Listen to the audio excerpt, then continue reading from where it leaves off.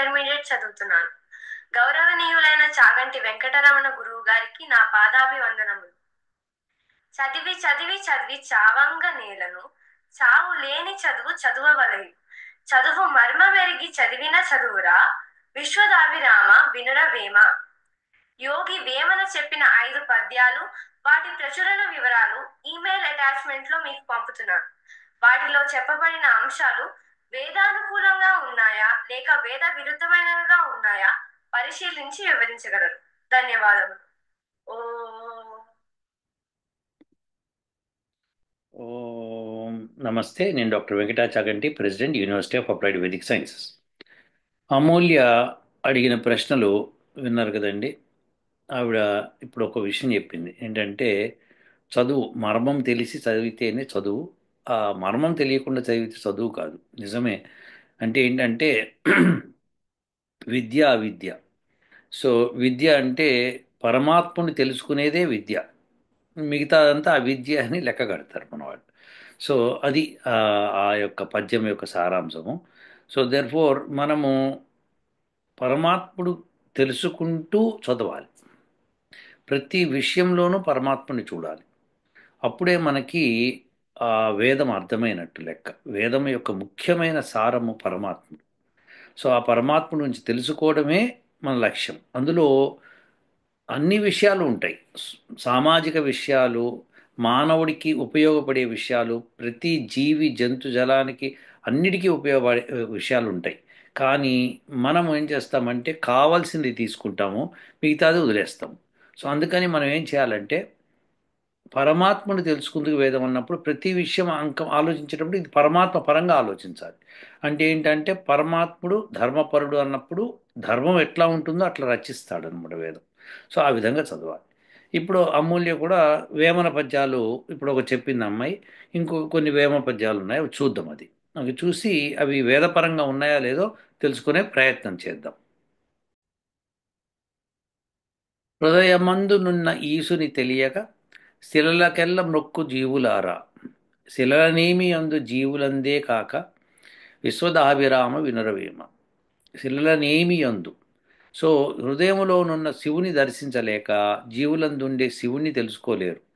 రాళ్లలో శివుడున్నాడని రాళ్లకు మ్రొక్కే జీవులు నిజాన్ని కనలేరు. ఇది వేదం ప్రకారం ఉందా అంటే వేదము ఇలా చెప్పకపోయినా ఈ మాట అయితే వాస్తవం. అంటే హృదయంలో జీవుడు పరమాత్ముడు ఉంటాడు అని చెప్పడం అనేది సత్యం. ఎందుకంటే యోగాభ్యాసం చేసినప్పుడు మన హృదయంలోనే పరమాత్మని మనం తెలుసుకుంటాం.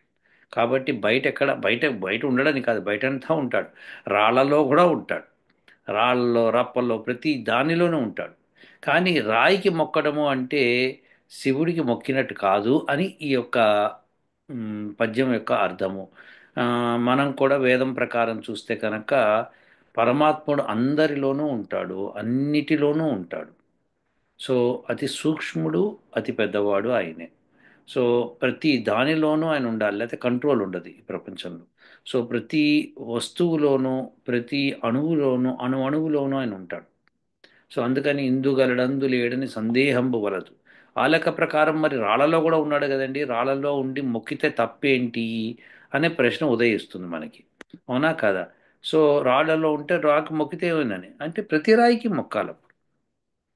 ప్రతి రాయికి మొక్కాలి. కనిపించిన చెట్టు చేమ అన్నిటికీ మొక్కుతూ పో. అప్పుడు ఈ రాయిలోనే శివుడు ఉన్నాడు అనుకోవడం తప్పు అవుతుంది. అదనమాట.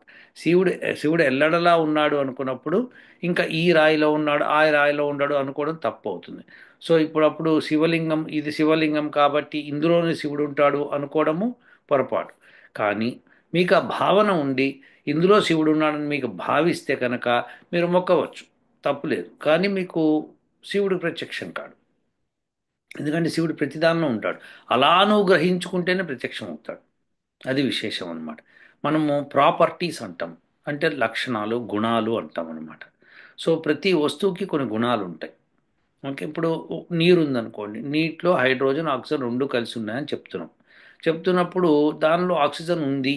మరి ఆక్సిజన్ ఇంకో చోట లేదా అంటే ఇంకో చోట కూడా ఉంది. కానీ ఇక్కడ ఆక్సిజన్ హైడ్రోజన్తో కలిపి ఉందన్న ప్రాపర్టీ, ఆ గుణం తెలుసుకోవాలి. తెలుసుకొని ఆ ఆక్సిజన్ని దానిలోంచి సెపరేట్ చేసేందుకు ప్రయత్నం చేస్తే అప్పుడు ఆక్సిజన్ విడిగా వస్తుంది. హైడ్రోజన్ సెపరేట్ చేసే ప్రయత్నం వస్తే హైడ్రోజన్ విడిగా వస్తుంది. సో ఇలా మీకు దేనికి దానికి సంబంధాలు ఏర్పడతాయి అన్నమాట. సో మీరు తెలుసుకోవాల్సింది ఏంటంటే రాయిలో శివుడు ఉన్నాడు, ఈ శివలింగంలో శివుడు ఉన్నాడు అనే కంటే ప్రపంచం అంతా శివుడు ఉన్నాడు అనుకోవడమే ఉత్తమం అవుతుంది. అదే ప్రాపర్టీ అవుతుంది అనమాట. అంతేకాని ఆ కాకుండా ప్రాపర్టీ కాదు. సో గుణాన్ని మనం తెలుసుకున్నప్పుడు పరమాత్ముడి గుణం ఏంటంటే సర్వత్రా ఉండటమే ఆయన గుణం. సర్వత్రా ఉన్న వాడికి ఏకత్ర ఉన్నాడు అనుకోవడం తప్పు అవుతుంది. సో అందుకని సో అన్యత్ర ఉన్నాడు అనుకోవడం ఇంకో తప్పు అవుతుంది. ఇప్పుడు మనకి కొన్ని మతాలు ఉన్నాయి. అన్యత్ర ఎక్కడో ఉన్నాడు, ఎక్కడో ఆకాశంలో ఎక్కడో ఆయన స్వర్గంలో ఉంటాడు అనుకోవడము అన్యత్ర. సో అది తప్పు. అలానే కొంతమంది ఈ రాయిలోనే ఉంటాడు ఇంకెక్కడ ఉండడు అనుకోవడం ఏకత్ర, అది కూడా తప్పే. సర్వత్రా, అన్ని చోట్ల, అన్ని ఎడలా అధిగమించి ఉంటాడు. సో మూడు కాలాల్ని అధిగమించి ఉంటాడు. కాబట్టి ఆయన ఇందుగలడందు లేని సందేహం వలదు. ఇప్పుడున్నాడు, అప్పుడున్నాడు, ఎప్పుడో ఉంటాడు అనే సందేహం కూడా అవుతుంది. ఎప్పుడూ ఉంటాడు ఆయన. కాబట్టి ఆ విషయము ఆ పర్టికులర్ శ్లోకం చెప్తోంది. అంతరంగమందు అభు నిర్దేశించి నిలిపి చూడ చూడ నిలుచుగాక బాహ్యమందు శివుని భావింప నిలుచునా విశ్వదాభిరామ వినురవేమా. పరమాత్మను హృదయంలో నిలుపుకొని చూస్తే గురి కుదురుతుంది, బాహ్యంలో చూస్తే గురి కుదరదు, ఫలితం శూన్యము. ఇది ఈ వేమన పద్యం. సో ఇది కరెక్టా తప్ప అని మనం ఆలోచించాలి. ఇప్పుడు ఇప్పుడు ఒక రాయిలో మన మనసును నిలిపి పరమాత్ముడు ఉన్నాడు అనుకుంటే నిలుస్తుందా, లేకపోతే మనస్సులో మన హృదయంలోనే పరమాత్ముడు ఉన్నాడని తెలుసుకొని నిలిపితే నిలుస్తుందా, ఇది ప్రశ్న. ఇది యోగ దర్శనంలో స్పష్టంగా చెప్పాడు. మీకు దేని మీద దృష్టి పెడితే మనసు దాన్నంతా ఆవరిస్తుంది. సో రాయిని మాత్రమే ఆవరించి ఉంటే రాయి లక్షణాలు తెలుస్తాయి మనకి, అంతేకాని పరమాత్ముడు తెలవడు. పరమాత్ముడు ఎక్కడున్నాడో ఆ పరమాత్ముడి మీద నిలపాలి. పరమాత్ముడు సర్వత్రా ఉన్నప్పుడు ఎక్కడైనా నిలపచ్చు కదా అని వస్తుందన్నమాట. దానికి పరమాత్ముడే చెప్పాడనమాట. ఏమని? దాన్ని నీ హృదయంలో ఉంటాను అని. సో హృదయంలో నిలపమని అంటే అర్థం ఏంటంటే ఇక్కడ హృదయం అంటే ఈ గుండె హృదయం అని ఒకటి వస్తుంది, మెదడు అని ఒకటి వస్తుంది అనమాట. సో ఈ రెండిట్లో ఎక్కడ నిలపాలి అన్నది మనం ముఖ్య ఉద్దేశం అనమాట. సో ఈ మనసుని మనం కట్టడి చేస్తే, మనసు బాహ్య ప్రపంచంలోకి వెళ్లకుండా కట్టడి చేస్తే అప్పుడు ఆత్మ తన్ను తను తెలుసుకుంటుంది. అప్పుడు పరమాత్మను తెలుసుకోగలుగుతుంది అని వేదం చెప్తుంది. కాబట్టి యోగాభ్యాసం చేసేవాళ్ళకి ఇది బాగా తెలుసు. కాబట్టి రాయిలో రప్పలో ఉండటం అన్నది అవసరం లేదు. లేకపోతే మీరు ఇప్పుడు కాశీలో ఉన్నారు, అక్కడే శివుడు ఉన్నాడు అనుకుందాం కాసేపు. కాశీ వదిలి ఎక్కడికో వెళ్ళారు, అక్కడికి వెళ్ళినప్పుడు శివుడు అక్కడ ఉన్నాడా అంటే అక్కడ కూడా ఉన్నాడు అనుకున్నప్పుడు కాశీలో శివుడు ఏమయ్యాడు అని వస్తుంది. లేదంటే అక్కడ ఉన్నాడు ఇక్కడ ఉన్నాడంటే అన్ని ఎడలా ఉన్నాడు కాబట్టి మీ మనసులో కూడా ఉన్నాడు. కాబట్టి మనసులో తలుచుకుంటే సరిపోతుంది. లేకపోతే రాయి మీద మమకారం పెంచుకొని ఉన్న పరమశివుని వదిలేస్తాం అనమాట. ప్రతిదీ మమకారాన్ని వదిలేసినప్పుడే మనం అంతర్ముఖులం అవుతాం. మమకారం వదలలేం మనం. ఉమ్మ్. అబ్బో వదలలేమండి. పట్టుకొని చికట బంక్ అన్నమాట. మనం పట్టుకునే ఉంటాం ఎంత వద్దనుకున్నా. కాబట్టి మనం యోగాభ్యాసం చేస్తున్నప్పుడు మెల్లమెల్లగా మెల్లమెల్లగా అన్నీ వదిలిపెడతాం. అలా వదిలిపెట్టినప్పుడు చాలా మెల్లగా జరుగుతుంది ప్రాసెస్. తొందరగా టక్కుమని జరిగేది కాదు అది. సో ఆ ప్రాసెస్ జరిగినప్పుడు ఆ జరిగిన ప్రాసెస్లోనే మీకు మనసులోనే పరమాత్ముడు మీ ఆత్మ దగ్గరే ఉన్నాడు, మీతో పాటే ఉన్నాడని తెలిసిపోతుంది. అప్పుడు మీరు పరమాత్మను దర్శనం చేయగలుగుతారు. ఇంకొక దాన్ని చూద్దాం మనం ఇప్పుడు. నిన్ను జూచెనేని తన్ను తామరచును, తన్ను జూచెనేని నిన్ను మరచు, ఏ విధమున జనుడు నెరుగు నిన్నును దన్ను విశ్వదాభిరామ వినురవేమ. ఈ పద్యంలో నిన్ను అంటే భగవంతుడు, తాను జీవుడని. భగవంతుని చూచిన జీవుడు తనను తానే మర్చిపోతాడు. తనని చూచుకుంటే భగవంతుని మరుస్తాడు. దేవుణ్ణి తనను ఒకే మారు ఏ విధంగానైనా తలుచుకోలేడు, తెలుసుకోలేడు, తెలుసుకోలేకున్నాడు అని ఈ యొక్క పద్యం యొక్క సారాంశం. ఇది నిజమా అబద్ధమా? వేదం ప్రకారం ఏది కరెక్టు, ఇది మనం తెలుసుకోవాలి. వేదం ప్రకారం ఏంటంటే మనము యోగ దర్శనంలో స్పష్టంగా ఉంటుంది. మొట్టమొదటి మీరు యోగాభ్యాసం అభ్యసించినప్పుడు మనకి మనమే దర్శనమిస్తాం. మన ఆత్మ మనకి తెలుస్తుంది అనమాట. మనం శుద్ధము అని అర్థమవుతుంది. సో ఆత్మను తెలుసుకున్న తర్వాత ఎప్పుడైతే మనం శుద్ధమని తెలుసుకున్నా అప్పుడే పరమాత్మ దర్శనం అవుతుంది. సో పరమాత్మ దర్శనమైన తర్వాత తన్ను తాను మర్చిపోతాడు అన్నది వాస్తవం. ఆయన మోక్షానందంలో మునిగిపోతాడు. అలానే మనమే గుర్తుపెట్టుకున్నంతసేపు పరమాత్మ కనిపించడు. సో నేను నా నీ మర్చిపోతే నా నీ మర్చిపోతే అంటే నా నేను అన్న విషయం మర్చిపోతేనే అప్పుడు పరమాత్ముడు కనిపిస్తాడు అన్నది సత్యం. అది అయితే మోక్షంలో మటుకు తన్ని తాను పరమాత్మనిద్దరిని చూడగలుగుతాడు. సో అప్పుడు తను మర్చిపోవడం అంటూ ఉండదు. తను మర్చిపోతే మోక్షానందం అనుభవించలేడు. కాబట్టి మోక్ష సమయంలో తన్ను తాను తెలుసుకుంటాడు, పరమాత్మని తెలుసుకుంటాడు. సో రెండూ ఉంటాయన్నమాట. సో ఇప్పుడు ధ్యానం చేసేటప్పుడు మటుకు తన్ను తాను మరిచిపోయి పరమాత్మలో మునిగిపోయి ఉంటాడు, ఆనందం అనుభవిస్తూ ఉంటాడు అనమాట. అప్పుడు తన్ను తాను మర్చిపోయాడు అంటాం అనమాట. చూడండి, మనం ఒక మాట ఏదైనా విషయం అద్భుతమైన విషయం చూస్తున్నప్పుడు మనం మర్చిపోతాం. మనం మర్చిపోతాం అంటే ఏంటంటే అసలు మనం ఎక్కడున్నాము ఏంటి అని దృష్టికి కూడా రాదు. మనం దానిలో ఇన్వాల్వ్ అయిపోతాం. ఫర్ ఎగ్జాంపుల్, ఒక ఒక సినిమా చూస్తున్నాడు ఒక అతను, మంచి ఫేవరెట్ హీరో లేకపోతే హీరోయిన్, మంచిగా డ్యాన్స్ చేస్తున్నారు లేదా పాట పాడుతున్నారు, ఇది ఫైటింగ్ చేస్తున్నాడు, ఏదో ఒకటి అవుతుంది. ఆ సమయంలో తాను మర్చిపోయి ఆ సీన్ చూస్తూ ఉంటాడు, తను దానిలో ఊహించుకుంటాడు. సో ఇది జరిగింది అనుకోండి, తాను మర్చిపోయినట్టు. సో అలానే మనము యోగాభ్యాసం చేసేటప్పుడు ఎప్పుడైతే ధ్యానంలోకి వెళ్ళిపోయి ధారణ చేసి ధ్యానంలో ఉన్నప్పుడు పరమాత్మ దర్శనం ఎప్పుడైతే సమాధిలోకి వెళ్తామో తాను మర్చిపోతాం. ఇది ఫర్ ష్యూర్. సో ఈ పద్యము కొంత కరెక్ట్ కొంత రాంగ్ అనమాట. సో అది విశేషం. రాతి బొమ్మ కేల రంగైన వలువలు గుళ్ళు గోపురములు కుంభములును కూడుగుడ్డ తాను కోరునా దైవంబు విశ్వదావిరామ వినురవేమ. ఇది చాలా బాగుందండి. ఇది మొత్తానికి ఏంటంటే దీనిలో చాలా సారాంశం ఉంది. దేవుడు భోజనము లేకపోతే ప్రసాదాలు లేకపోతే గుడ్డలు ఆయనకి అవసరం లేదు. ఇప్పుడు విష్ణువు ఉన్నాడు అనుకోండి, ఆయన విశదీతి విష్ణువు అంటే మొత్తం సర్వం వ్యాప్యమై ఉన్నాడు, మొత్తం వ్యాప్తమై ఉన్నాడు. వ్యాప్తమైన వాడికి ఇంకా ఆయన ఎవరు కవర్ చేయగలుగుతారు అంటే శివుడు. శివుడు ఆయన్ని దిగంబరుడు అన్నారు. దిక్కులే అంబరముగా కలగాడు అంటే మొత్తం దిక్కులే వస్త్రములుగా చుట్టుకున్నాడు ఆయన. సో దేర్ ఫోర్ ఆయనకి అవే వస్త్రములు. మనము వస్త్రములు కప్పలేము. కప్పాలి అంటే దిక్కుల్ని కప్పాలి. దిక్కుల్ని కప్పాలి అంటే దిక్కుల్ని కంట్రోల్ తెచ్చుకోవాలి. దిక్కుల్ని కంట్రోల్ తెచ్చుకోవాలంటే సమయాన్ని కంట్రోల్ తెచ్చుకోవాలి. సమయాన్ని కంట్రోల్ తెచ్చుకోవాలంటే మనం మర్చిపోవాలి. సో ఇది సాధ్యమైనప్పుడు అప్పుడు మనం పరమాత్మని ఆ, దర్శించగలుగుతాం. దర్శించినప్పుడు ఆ దిక్కులతో ఆయన చుట్టబడి ఉన్నాడని తెలుసుకున్నప్పుడు మనకి ఇంకా ఇంక వేరేవి ఇవ్వవు. ఇక తిండి గోల, ఈ గోల మనకి, ఆకలి అన్నది మనకి, పరమాత్ముడికి కాదు. పరమాత్ముడికి కూడా ఆకలి ఉందండోయ్. ఆ ఆకలి ఏంటంటే ఆయన ప్రళయకాలంలో మొత్తం తినేస్తాడు. సో దేర్ ఫోర్ ఆయన ఆకలి అది. అందుకే మనకి అదేదో పుష్ప సినిమాలో అనుకుంటా అదేదో పాట ఉంది. సో అదే ఫస్ట్ పుష్ప వన్లో. సో అదేదో పాట బాగా రాశాడు, ఆ కవి ఎవరో కానీ చాలా బాగా రాశాడు ఆయన, నిజమే. సో ఆ ఆకలి అనేదో విషయం మీద పాట రాశాడు. సో అలా అన్నమాట. అంటే అసలు మొత్తం ప్రపంచాన్ని కబళించే ఆకలి ఆయనకున్నప్పుడు ఈ చిన్న ప్రసాదాలు పెట్ట మన కోసం మనం పెడతాం. మనం చేసుకొని చక్కెర పొంగల్ తీసి అక్కడ పెట్టి కాసేపు ఉంచి ప్రసాదం కింద మనం తింటాం.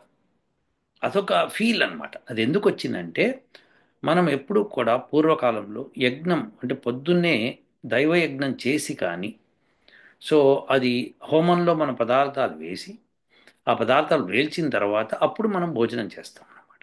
సో ఏ పదార్థాలు మనం తింటామో ఆ పదార్థాలు వేలుస్తాం. అవన్నీ శాకాహారం సంబంధించినవి. సో తీపి పదార్థాలు, తర్వాత పుష్టినిచ్చే పదార్థాలు, సుగంధ ద్రవ్యాలు అలాంటివి అందులో వేస్తాం.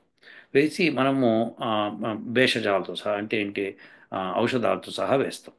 సో వేసిన తర్వాత ఆ హోమం అయిన తర్వాత అప్పుడు వచ్చి తింటాం అనమాట. తిన్నప్పుడు ఏ పదార్థాలు అయితే పరమాత్ముడికి సమర్పించామో అవి తింటాం. ఆ అలవాటు నుంచి ఎప్పుడైతే హోమాలు వెనకపడి ఈ మూర్తి పూజ వచ్చిందో అలా పెట్టడం మొదలుపెట్టారు. సో అలా పెట్టి వాళ్ళు తినడం మొదలుపెట్టారు. అది అలా కాదు, పరమాత్ముడికి పెట్టిన పరమాత్ముడే తినాలి. అంటే అగ్నిలో వేల్చినప్పుడు అగ్నే భక్షించాలి. సో అగ్ని భక్షించినప్పుడు పచనం చేసుకుంటుంది. అపచత్ అని చెప్పి ఒక మంత్రం ఉంది, మంత్రంలో ఉంటుంది అనమాట. అగ్ని అది పచనం చేస్తుంది. చేసి జీర్ణించుకొని అది దేవతలకు అందిస్తుంది. ఎందుకంటే అగ్ని దేవతల యొక్క ముఖం. కాబట్టి అగ్నిలో వేసింది దేవతలకు చేరుతుంది అని అర్థం అనమాట. దేవతలు అంటే గాలి, నీరు, పృథివీ, ఆకాశము, అగ్ని ఇలాంటివన్నిటి కూడా దేవతలు అంటాం అనమాట.